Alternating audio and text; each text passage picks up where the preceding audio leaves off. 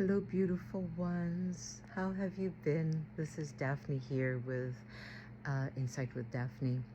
If you enjoy the content of this video, please consider hitting the like button, subscribe, leave a comment. All of those would be amazing, and thank you in advance.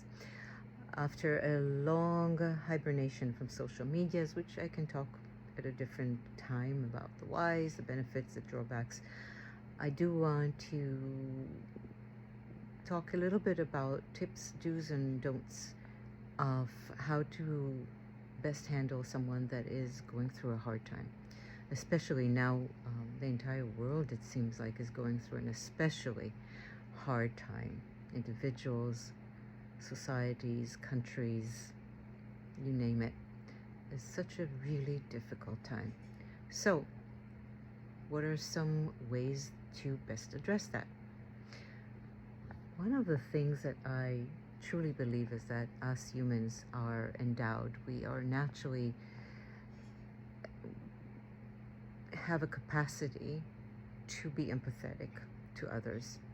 That means that when somebody is going through a difficult time or a good time, we intuitively perceive that, and we're able to feel some of the feelings that the other person is feeling.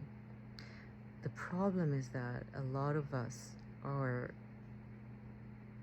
doing the wrong thing with that perception, especially when we're talking about difficult feelings. For example, a woman had a miscarriage. People perceive many times subconsciously her pain. And the problem is that a lot of us don't want to connect to the pain that it invokes inside of us.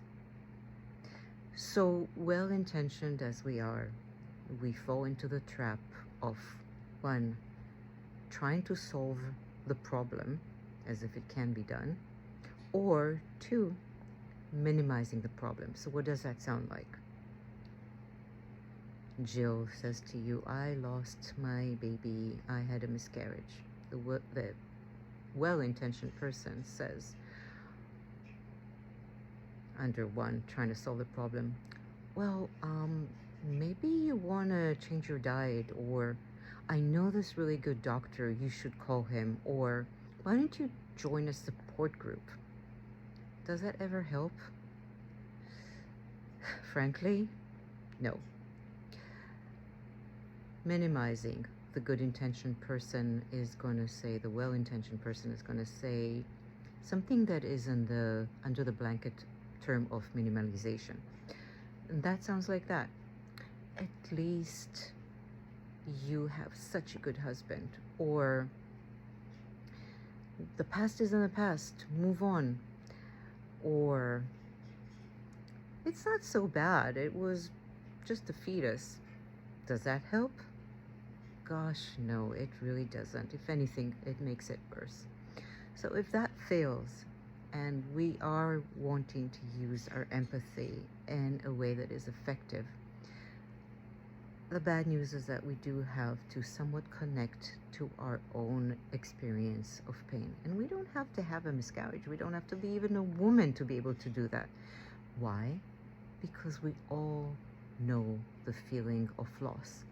And it doesn't really matter if it's a loss of a fetus or an embryo or a baby, or if it's a loss of a loved one or a loss of any other type. So connect to that feeling of loss for just a second, knowing that you're safe and the pain you experience is going to be transient. And then say to Jill or the other person, that sounds so difficult. I can see that you are really going through a hard time. Or, I can't imagine what it's like to go through that. Please don't ever say, I completely understand what you're going through, because you don't. Nobody does. Even if you lost a baby in a miscarriage, you don't know what it's like to be in that situation the way that Jill is experiencing it. So avoid, I totally understand. And instead say, I can't imagine what it's like to go through that. I don't even know how you are able to work or carry on your everyday stuff. This sounds so hard. Thank you so much for telling me about this. And tell me how I can help.